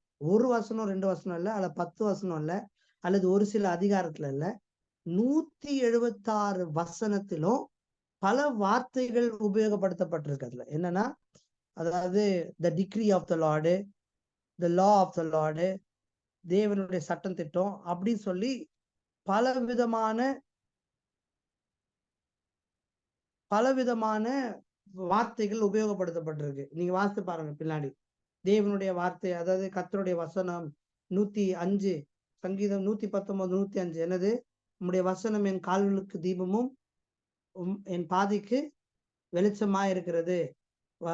வாலிபன் தன் வழியை எதனால் சுத்தம் பண்ணுவான்? உம்முடைய வசனத்தை கை கொள்வதனாலே. அதுக்கப்புறம் நிறைய எல்லா வசனத்திலையும். அப்போ நமக்கு முன்பாக தேவன் நமக்கு என்ன கொடுத்திருக்காருன்னா, பரிசுத்தமாய் வாழ வசனத்தை கொடுத்திருக்கிறாரு. ஆனா யோசித்து பாருங்க, நோவாக்கு அங்கதான் அவங்க நிக்கிறாங்க. அவங்களுக்குலாம் ஒருவேளை பைபிள் இருந்திருந்தா நம்மளை விட பயங்கர பரிசுத்தவான்களா இருந்திருப்பாங்க. ஆனால் ஒன்றுமே இல்லாத காலத்துல Noah brought pleasure to God. அவன் நீதிமான், அவன் உத்தமன், அவன் தேவனோடு சஞ்சரித்து கொண்டிருந்தான். So let's come back to the notes. The focus of the flood account is more on the salvation of one man. அப்படின்னா ஒரு மனிதனுடைய ரட்சிப்பு தான் அதுல மெயின் ஃபோக்கஸ், முக்கிய கண்ணோட்டம். Then the destruction of the people. அதாவது அந்த நாட்கள்ல ஆண்டவர் அந்த நாட்கள்ல வாழ்ந்த எல்லா ஜனங்களையும் சங்காரம் பண்ணினார், அழித்தார். சோ இந்த நோவாவினுடைய கதை எது முக்கியம்னா, எல்லா மனிதர்களையும் அழித்தார், அது முக்கியம் அல்ல, ஒரு மனிதனை கர்த்தர் ரட்சித்தார், அதுதான் இம்பார்ட்டன்ட். சோ அதுதான் the focus of the story. So God commanded Noah to build an ark. God commanded Noah to build an ark. Ark இதுல பேழை அப்படி சொல்லப்பட்டிருக்கு. பட் எபிரேய பாஷையில இந்த ஆர்க் சேம் வேர்ட் பல இடத்துல யூஸ் பண்ணப்பட்டிருக்கு. இங்கிலீஷ் ஒருவேளை ஆர்க்ன்னு சொல்லும் போது பல இடத்துல யூஸ் பண்ணப்பட்டிருக்கு. பட் ஆனா தமிழ்ல வாசிக்கும் போது என்ன வாசிக்கிறோம்? தேவன் பூமியை பார்த்தார், இதோ அது சீர்கெட்டதாய் இருந்தது, மாம்சமான யாவரும் பூமியின் மேல் தங்கள் வழியை கெடுத்து கொண்டிருந்தார்கள். அப்போது தேவன் நோவாவை நோக்கி, மாம்சமான யாவரின் முடிவும் எனக்கு முன்பாக வந்தது, அவர்களாலே பூமி கொடுமையினால் நிறைந்தது, நான் அவர்களை பூமியோடும் கூட அழித்து போடுவேன். நீ கொப்பேர் மரத்தால் உனக்கு ஒரு பேழை உண்டாக்கு. என்ன உண்டாக்கு? பேழையை உண்டாக்கு. தமிழ்ல பேழைன்னு வாசிக்கிறோம், இங்கிலீஷ்ல மேக் அன் ஆர்க் என்று வாசிக்கிறோம். ஆனால் இதே ஆர்க் என்ற வார்த்தை இன்னும் பல இடத்துலயும் உபயோகப்படுத்தப்பட்டிருக்கு. எங்க சொல்ல முடியுமா யாராவது? மோசே செய்வார், ஆர்க் ஆஃப் கவர்னன்ட். ஓகே, மோசே செஞ்ச அந்த உடன்படிக்கை பெட்டியில the ark of the covenant. Okay, இன்னொரு இடத்துல, இன்னும் வேற ஏதாவது இடத்துல அது நாணல் பெட்டிக்கு அப்படி போட்டிருக்குமா இங்கிலீஷ்ல? மோசையை தண்ணியில விடும்போது நாணல் பெட்டி. Exactly. So the word same word ark பழைய ஏற்பாட்டுல இந்த 3 இடத்துல போட்டிருக்கு. எங்கன்னா ஒன்னு நோவா செஞ்சது இந்த பேழைக்கும் the word ark is used. மோசே குழந்தையா தன்னுடைய தாய் இந்த நைல் நதியில விடும்போது அது நாணல் பெட்டின்னு இருக்கு, அதுக்குமே the same word is used, ark. மூணாவது எங்க போட்டிருக்குன்னா tabernacle, ஆசரிப்பு கூடாரத்தை ஏற்படுத்தும் போது அந்த மகா பரிசுத்த ஸ்தலத்துல வைத்ததான அந்த பெட்டியோட பேரு தி ஆர்க் ஆஃப் த கவர்னன்ட். இந்த 3 ஆர்க் செய்தது என்ன?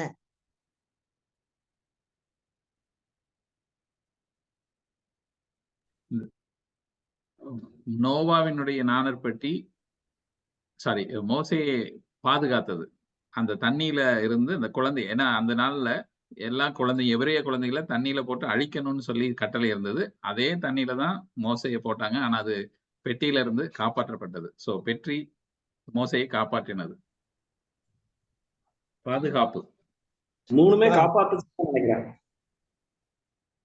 ஓகே, மூணுமே அந்த arc it talks about the divine protection of God. தேவனுடைய தெய்வீக பாதுகாப்பை அது காண்பிக்கிறது. Same word.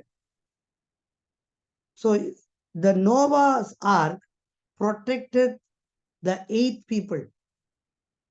Moses' ark protected Moses for a greater purpose.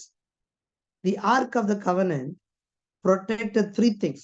என்னன்னா அந்த ஆர்க் ஆஃப் த கவர்னன்ட்குள்ள 3 இருக்கும். ஆரோனின் துளிர்த்த கோல், ஒரு பானை மன்னா, 3வது 10 கட்டளை. ஆர்க் ஆஃப் த கவர்னன்ட்குள்ள அது இருக்கும். protects the presence of God இதுவும் சொல்லலாம். சோ தேவனுடைய அந்த மீட்பின் திட்டத்துல தேவனுடைய பாதுகாப்பு மிக மிக முக்கியமாய் பார்க்கிறோம். So the ark here refers to the same word in different place. So 3 இடத்துலயுமே அது என்ன பண்ணுச்சுன்னா பாதுகாத்தது. So அது ரொம்ப முக்கியம். அடுத்தது God commanded.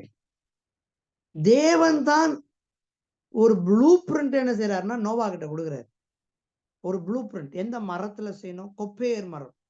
ஏன் கொப்பேர் மரம்?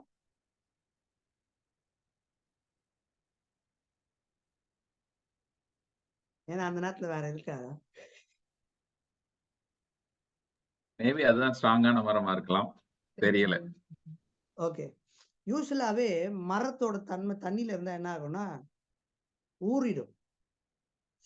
அந்த நாட்கள்ல நம்பர் 1 ஆண்டவர் சொல்றாரு நோவா கிட்ட மழை வரும்பா அப்படின்னு சொல்லும் போது ஃபர்ஸ்ட் ஆஃப் ஆல் நோவா எந்த விதத்துலலாம் தேவனை பிரியப்படுத்தினான் அப்படின்னா நம்பர் 1 மழையே இல்லாத ஒரு சூழ்நிலையில மழைன்னு வரும்போது கர்த்தரை முதல்ல நம்பினா. இன்னைக்கு நம்ம மழை பார்த்துருக்குறோம். மழைன்னா என்னன்னு தெரியும். நம்ம கிட்ட ஆண்டவர் சொல்றாரு இப்போ, தம்பி லெஸ்லி ஒரு பெரிய பேழையை உண்டாக்குப்பா, ஏன்னா மழை வரப்போகுது. அப்ப நான் என்ன செய்வேன்னா, ஓகே ஆண்டவரே நான் உண்டாக்குறேன். ஏன்னா இப்போ இருக்கிற டெக்னாலஜில எல்லாமே நமக்கு தெரியும். பட் நோவா கிட்ட ஆண்டவர் சொல்லும்போது நோவா ஃபர்ஸ்ட் சிரிச்சிருக்கணும்.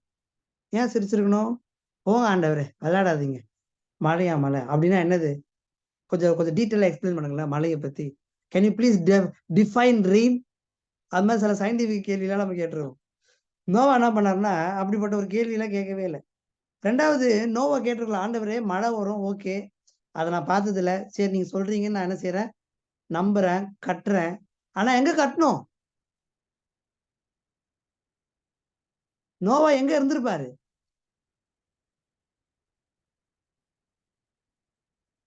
சிட்டில இருந்திருப்பாரு.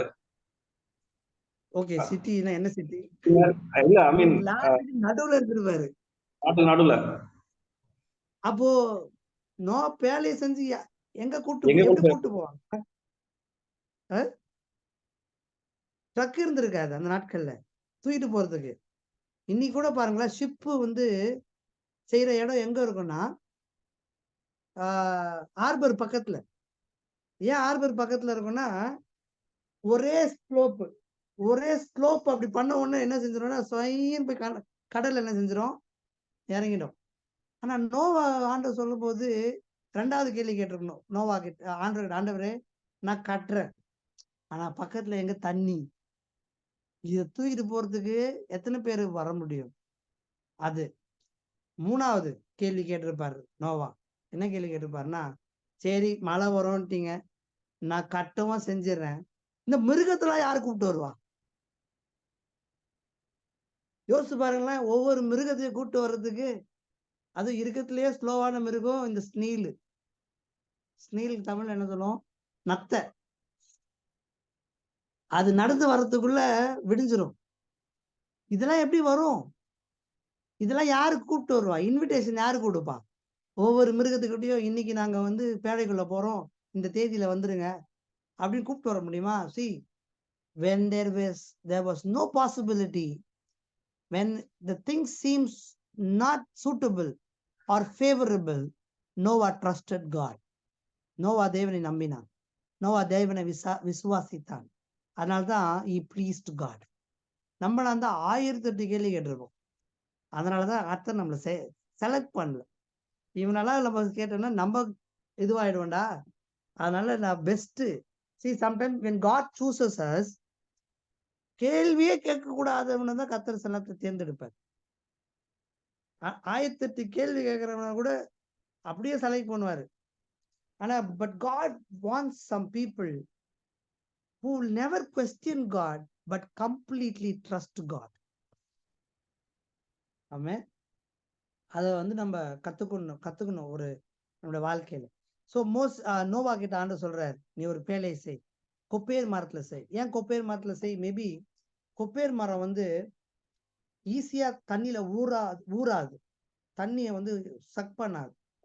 Maybe it will be easy to float. ஏன்னா அந்த டைம்ல நோவாக்கு தெரியாது. ஃபர்ஸ்ட் ஷிப் அவர் தான் பில்ட் பண்றார்.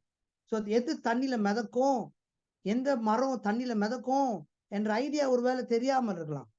ஆனா ஆண்டவர் ஒவ்வொரு காரியத்தையும் நோவாவுக்கு ரொம்ப அழகா என்ன பண்றாருன்னா இன்ஸ்ட்ரக்ட்ஸ். எவ்வளவு சைஸ் இருக்கணும் அந்த நோட்ஸ்ல போட்டிருக்கேன் பாருங்க. which is about 450 feet long, 450 feet long இது, 75 feet broad, 45 feet high, with a displacement about 20,000 tons and a gross tonnage of about 14,000 tons. அப்படின்னா என்ன அர்த்தம்? அதாவது இன்னைக்கு நமக்கு தெரியும் டைட்டானிக் ஷிப் தெரியுமா? டைட்டானிக் ஷிப் இன்னைக்கெல்லாம் டைட்டானிக் ஷிப்போட பெருசெல்லாம் செஞ்சிருப்பாங்க. ஸோ ஒரு ஷிப் எடுக்கும் போது நீங்களா மேபி இந்த கல்ஃப் கண்ட்ரீஸ்ல இருக்கும்போது டெஃபினெட்லா பெரிய பெரிய ஷிப்ஸ் எல்லாம் பார்த்துருப்பீங்கன்னு நினைக்கிறேன். ஃபுல்லா டேங்கர்ஸ்லாம் எடுத்துட்டு போற ஷிப்ஸ் எல்லாம் பயங்கர ஹியூஜா இருக்கும். எத்தனையோ 1000 டன் எடுத்துட்டு போகக்கூடிய ஷிப்ஸ் எல்லாம் இருப்பாரு இன்னைக்கு இருக்குது. ஆனா இந்த பைபிள்ல இந்த மெஷர்மெண்ட் ஆண்டவர் சொல்றாரு 6ஆம் வசனம், நீ அதை பண்ண வேண்டிய விதம் என்னவென்றால், பேழையின் நீளம் 300 முழமும் அதன் அகலம் 50 முழமும் அதன் உயரம் 30 முழமும் இருக்க வேண்டும். இங்கிலீஷ்ல வந்து 450 feet, அதுக்கப்புறம் 75 feet broad, 45 feet long. அதோட டிஸ்பிளேஸ்மெண்ட்னா அதுக்குள்ள வைக்கக்கூடிய கெப்பாசிட்டி எவ்வளவுனா 20,000 டன். எவ்வளவு வெயிட் தாங்கும் அது? 20,000 டன். ஒரு டன்னுன்றது எவ்வளவு? 1000 கிலோ. 1000 கிலோ. அப்ப 20,000 டன்ன்றது நீங்க கொஞ்சம் கால்குலேட் பண்ணி பாத்துங்க. அவ்வளோ வெயிட் நோவா செஞ்ச பேழையால என்ன செய்ய முடியும்? சுமக்க முடியும். ஸோ கிராஸ் டன் வந்து கிராஸ் டோனேஜ் அப்படின்னா அதுக்குள்ள ஏத்தக்கூடிய அளவு, அதாவது 14,000 டன் வந்து அதுல ஏத்தலாம். அடுத்தது, it is considered to be in the modern calculation capable of holding 45,000 sheep-sized animal and enough food for them. இன்றைக்கு மாடர்ன் கால்குலேஷன்ல அந்த நோவா செஞ்ச பேழையை நம்ம கால்குலேட் பண்ணி பார்த்தோம்னா அது எவ்வளவு பெருசா இருக்கும் அப்படின்னா, அதுக்குள்ள ஒரு ஷீப்போட சைஸ் எவ்வளவோ அந்த சைஸ்ல 45,000 மிருகங்களை என்ன செய்யலாம்னா உள்ள முடியும். 45,000 sheep size animals can be kept inside. அது மட்டும் இல்ல, அதற்கு தேவையான உணவு பொருட்களும் அதுல சேகரித்து வைக்க அளவுக்கு அது அவ்வளவு பெரிய ship. Today it's estimated that there were 17,600 species in the world. இன்னைக்கு உலகத்துல எத்தனை மிருக ஜீவங்கள் இருக்குது, எத்தனை சின்ன சின்ன மிருகங்கள், இன்செக்ட்ஸ் எத்தனை இருக்குது அப்படின்னா 17,600 ஜீவ ஜந்துக்கள் இருக்கு. 17,600 ஜீவ ஜந்துக்கள் இருக்கு. அது எக்ஸாக்ட்லி கணக்கெடுத்து பார்த்தால் 45,000 மிருகங்கள் நோவாவுடைய பேழைக்குள்ள எடுத்து செல்லப்பட்டது என்று அர்த்தம். ஸோ இன்னைக்கு 17,600 ஸ்பீஷிஸ் இருக்குதுன்னா அதை நம்ம கால்குலேட் பண்ணி பார்க்கும்போது இன்னைக்கு 45,000 மிருக ஜீவங்கள் என்ன செஞ்சிருக்குது, அதுக்குள்ள நோவாவுடைய பேழைக்குள்ள இருந்தது. எனக்கு தெரியாது டைனோசர்லாம் இருந்துச்சான்ட்டு. டைனோசர் எல்லாம் சொல்லுவாங்க, டைனோசர் இருந்துச்சு, அது இருந்துச்சு, அதெல்லாம் நமக்கு தெரியாது. அப்படி டைனோசர் இருந்திருந்தா இன்னைக்கும் அது என்ன செஞ்சிருக்கணும்? இருந்திருக்கணும். மேபி ஜொராசிக் பார்க்ல மட்டும்தான் இருக்குது டைனோசர், வேற எங்கேயுமே இல்லை. ஓகே, ஸோ 45,000 அனிமல்ஸ் தான் என்ன செய்யுதுன்னா இப்போதைக்கு 17,600 ஸ்பீசிஸ் உலகத்துல இருக்குது கண்டுபிடிச்சிருக்காங்கன்னா நோவாவின் பேழைக்குள்ளும் எத்தனை தான் இருந்திருக்கும்? அத்தனை தான் இருந்திருக்கும். அதை தவிர்த்து எனக்கு தெரிஞ்சு ஒரு 5-10 மேபி காலப்போக்கில் என்ன செஞ்சிருக்கலாம்னா அதோட எக்ஸிஸ்டன்ஸ் வந்து டிஸ்டிங்க்ட் ஆயிருக்கலாம், அது மறைஞ்சு போயிருக்கலாம். ஆனால் கண்டிப்பா இத்தனை மிருக ஜீவங்கள் நோவாவினுடைய பேழைக்குள்ள என்ன செஞ்சிருக்குது, இருக்குது. ஸோ இதுவே ஒரு பியூட்டிஃபுல் ஸ்டோரி. என்னன்னா how God even cared for small insects. யோசிச்சு பாருங்களேன், நான் ஒரு பிரசங்கமே பண்ணியிருக்கேன் நோவாவை பத்தி. என்னோட ஃபேஸ்புக் சேனல் அது இருக்குது. நோவா பத்தி ஒரு பிரசங்கம் பண்ணிருக்கேன். என்னன்னா, த ஃபர்ஸ்ட் லாக்டவுன் நோவா தான் ஃபர்ஸ்ட் லாக்டவுன். இந்த 2020ல ஒரு மாடர்ன் டைம்ல லாக்டவுன்னா என்னன்னே தெரியாத ஒரு காலகட்டத்துல ஒரு லாக்டவுன் எக்ஸ்பீரியன்ஸ் பண்ணியிருக்கோம் நம்ம எல்லாருமே. எக்ஸ்பீரியன்ஸ் பண்ணீங்களா? ஜாலியா இருந்துச்சுல? இன்னைக்கு ஜனங்களுக்கிட்ட மீடியா இருக்குது. இன்னைக்கு ஜனங்க கிட்ட கம்ப்யூட்டர் இருக்குது, லேப்டாப் இருக்குது, டிவி இருக்குது, மொபைல் போன் இருக்குது. அந்த 2 வருஷத்துல நீங்க பாத்தீங்கன்னா சினிமா பார்க்காதவங்களாம் சினிமா பார்க்க ஆரம்பிச்சிட்டானுங்க. வீட்டுல போர் அடிக்குது, வெளியில போக முடியல. அதனால டிவில என்ன வருதோ எல்லாத்தையும் பார்த்துட்டு இருக்குது. ஏன்னா கிரிக்கெட்டு கிடையாது, ஸ்போர்ட்ஸ் கிடையாது, ஒண்ணுமே பண்ண முடியாது. நம்ம கிட்ட அட்லீஸ்ட் அந்த மீடியா இருந்துச்சு, என்டர்டெயின்மெண்ட் இருந்துச்சு. அதனால சர்வைவ் ஆயிட்டோம். நோவாக்கு என்ன இருந்துச்சு? நம்மளாச்சும் வெளியில போலாம், மேல ரூஃப் டாப்புக்கு போலாம், அல்லது வெளியில காம்பவுண்டுக்கு போலாம். நோவா நினைச்சா வெளியில ஒரு வாக்கிங் எடுத்துட்டு வர்றேன்பா அப்படின்னு சொல்லிட்டு தண்ணியில தான் போயிட்டு வரணும். You just imagine the first lockdown. ஆனா அந்த மத்தியிலையும் நோவா ப்ளீஸ்ட் காட், தேவன் என்ன பண்ணாரு? பிரியப்படுத்தினார். யோசித்து பாருங்களேன். One of the toughest lockdown போனது யார் தெரியுமா? நீங்களும் நானும் கிடையாது. ஒன் ஆஃப் த டஃபஸ்ட் லாக்டவுன்ல போனது நோவா தான். ஏன் தெரியுமா? 17,600 மிருகங்கள் உள்ள இருக்குது. அதை கிளீன் பண்ணி எடுக்கிறதுக்குள்ள நோவா வாழ்க்கை போயிடுச்சு. யோசித்து பாருங்க எப்படி இருக்கும். டெய்லி எப்படி இருந்திருக்கும்? நோவாவால நிம்மதியா தூங்கி இருக்க முடியாது. ஏன்னா மிருகங்கள்லாம் ரொம்ப பொலைட்டா கத்துமா. யோசிச்சு பாருங்க, குரங்கு எப்படி கத்தும், யானை எப்படி கத்தும். ஒவ்வொரு மிருகங்களுடைய ஆக்டிவிட்டிஸ், அது ஒவ்வொரு கேபின்ல அது போட்டு அடைச்சு வச்சிருப்பாங்க. அந்த கேபின்லாம் எப்படி இருக்கும்? அதோட டாய்லெட்ஸ் இருக்கிற இடம் அது சுத்தம் பண்ணணும், அதுக்கான சாப்பாடு வைக்கணும். ஐயோ, கொஞ்சம் யோசித்து பாருங்க. நோவாவோட ஷூல நீங்க போய் பாருங்க. then you will understand the difficulty that Noah went. ஆனாலும் நோவா தேவனை பிரியப்படுத்தினான்.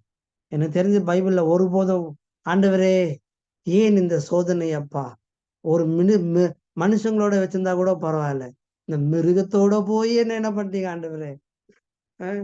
கொரிலாவும் பன்னி இருந்திருக்கும், உள்ள காட்டு மிருகங்கள் இருந்திருக்கும், பாம்பு இருந்திருக்கும், யானை இருந்திருக்கும். யோசித்து பாருங்க. ஜூவை போய் பாருங்க, அப்ப தெரியும் உங்களுக்கு. ஜூ பக்கத்துல போகும்போது எப்படி இருக்கும்? ஒவ்வொரு மிருகத்து பக்கத்து போகும்போது சிலருக்கு வாந்தியே வரும். சிலருக்கு ஒவ்வொரு கேஜ் பக்கத்துல போகும்போது போடா நம்மளால சகிக்க முடியாது. நோவா எப்படி சகிச்சிருப்பார்? நோவா மட்டும் இல்ல, நோவா மனைவி இதுல ரொம்ப இம்பார்ட்டன்ட் ரோல் பிளே பண்ணியிருக்கான்.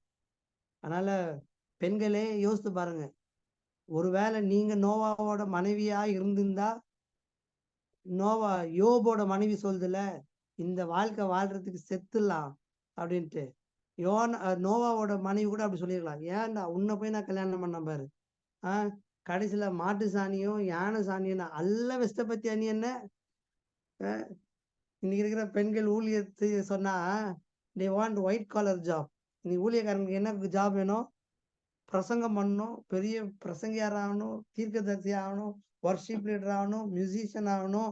நோவாவுடைய ஊழியம் மேன்மையான ஊழியமா இருந்தது மிருகங்களுக்கு. சில நேரத்துல கர்த்தர் நம்மளை அலோவ் பண்ணுவார், மிருகத்துக்கு ஊழியம் பண்றான் அப்படின்னு. ஆனா அப்ப கூட எப்படி பண்ணணும்? என்ன ரியாக்ஷனே இல்லை. கவலைப்படாதீங்க. இனி கர்த்தர் நம்ம கிட்ட ஒரு ஜலப்பிரளயத்தெல்லாம் கொண்டு வர மாட்டாரு, வேலையெல்லாம் செய்ய சொல்ல மாட்டார். இன்னைக்கு அதை விட பெரிய டாஸ்க் என்ன தெரியுமா? மிருகங்களோட கூட போராடிடலாம், ஆனா மனுஷங்களோட போராடுறது ரொம்ப ரொம்ப கடினம். மிருகமாச்சு உக்காருன்னா உக்காரும், மனுஷங்கிட்ட சொல்லிப்பாரு போயா நீ என்ன சொல்றது நானா செய்யறது போயிட்டே இருப்பாங்க. ஸோ அதனாலதான் சபை போதுகிறா இருக்குது ரொம்ப கடினம்.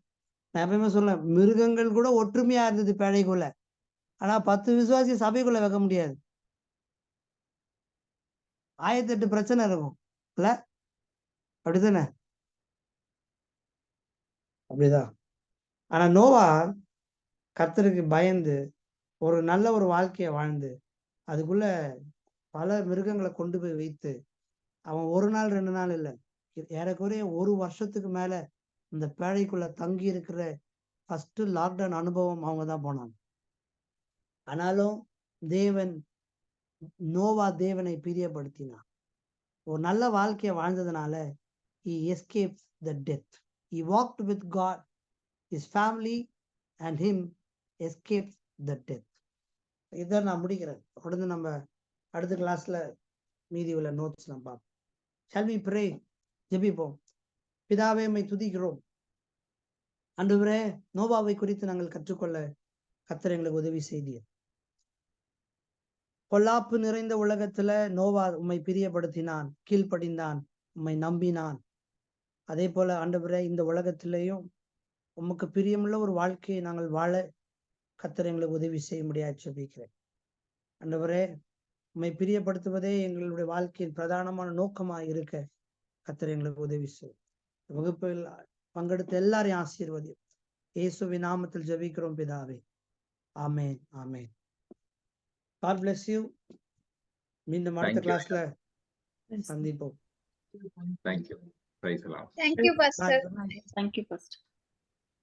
Good night.